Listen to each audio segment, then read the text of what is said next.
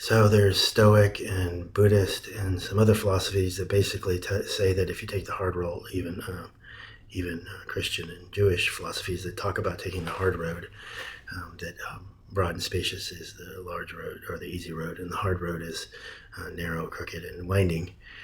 But in the other philosophies, it also says there's an advantage to always taking the hard way, and there are some quite a bit of things said about that. So I'm not going to go through it, but the reason why that I believe that couples who are swingers are healthier in a relationship at the end is because, one, it's exciting, and two, it makes you grow, and it can be hard, and there are a lot of emotions and feelings that can happen, negative and positive, when it comes to the swinging lifestyle and being a couple.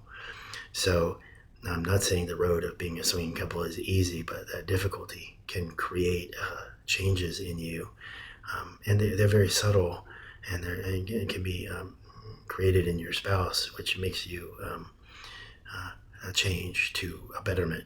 So one thing that is absolutely required is communication between the two of you. But that's why it improves that communication. It makes that communication more open and honest, and that becomes a healthier relationship overall. But it also can be painful, and it also can cause past feelings. And now I'm not a therapist or a professional, but I talk to people a lot. And one woman that I was with, we like to talk, and it was a great woman, and she was very mature. And she said that she had a past of abuse, and that's when he helped her get over some of the issues and shame and other things that abuse had caused. And very sweet woman, very sexy. But what I'm saying is that when she went through a painful period, I talked to another woman who said that she went through some painful periods in jealousy, and so she had to learn to deal with jealousy as an emotion, and she helped it make her stronger. There was another woman who said that the swinging lifestyle helped her in business because she was more secure. People noticed the difference in her becoming more and more mature and secure.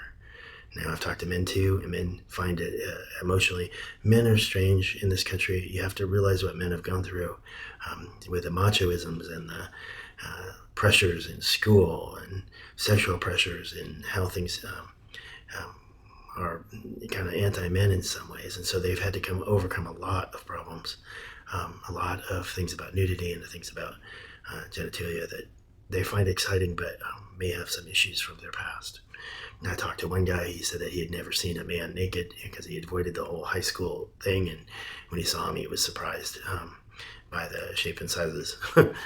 So we see by that emotionally help him to grow. And he did expect jealousy, and he did receive jealousy when his wife wanted to do things that he was jealous about. And so he had to sit there and analyze it. Now, for guys, that's difficult too. They tend to just scuff it off, or they tend to ignore the emotions, which you shouldn't do if you want to be healthy in the lifestyle. Just remember, it's about being healthy, because happiness follows healthiness. So one guy was really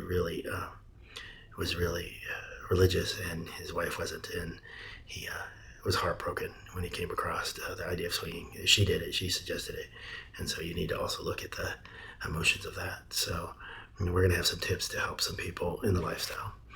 Thank you, and I hope you have a great day. There seems like there's a movement towards trying to limit your rights, and the swinging lifestyle has had its enemies. Over the years, there have been some very good legal ideas coming out that were good for the swinging lifestyle. It's had its combatants, both religious combatants, and they don't know their Bibles very well. I'll do a series about that, but they don't know their Bibles if they think that swinging is somehow wrong, or consensual non-monogamy is somehow wrong religiously. And the other ones were legal opposition. They just wanted control. They wanted to control the environment, and you can't really control the environment of sexuality of people very successfully unless you're not in our government. So there's a restriction. There are people who try and restrict your rights, what is considered kind of like a normal right for Americans. One right would be freedom of association. You get to associate with those you don't that you like, and they can't restrict that. That's a freedom of association is based on two constitutional principles. Then you have the constitutional principle of the right of privacy. I'm not a lawyer. I don't play one. I'm just letting you know that you do have the right to privacy in your own dwellings, and so nothing you do as a couple is actually anybody's business, and anybody's control. But although they try. So it depends on the area of the country you live in, but it becomes more and more restrictive in some areas, and so you do have to be careful about having healthy choices in who you tell about the lifestyle in some states, and in some churches, and in some social scenes. So you might want to think about that when you're considering the lifestyle. Our group, Healthy Couples in the Lifestyle, a video series, but we have a group and we're designing it for couples seeking couples. It's a semi-private group, meaning that we screen out that you have to be a couple in the swinging lifestyle. New is fine, that's okay. And old hat at it, that's okay too. And there are some tips for the new people, but this group is for couples seeking couples. There's no global sale of information. We're not selling information like the other large sites, which is really kind of scary because of the criminal element, but we don't do that. We're in the United States only because we're a meetup group. It makes no sense to advertise anywhere else or to get people from any other country, because we're not a pick trader group or anything. We're just about meeting and events.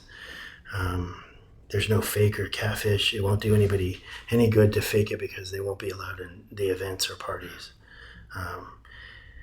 There are tips on our website about how to swing. If you're a newbie or if you're new at it, there's some tips for healthy swinging, and there's a way for an event review, so you can send back if the event is not up to your liking and why.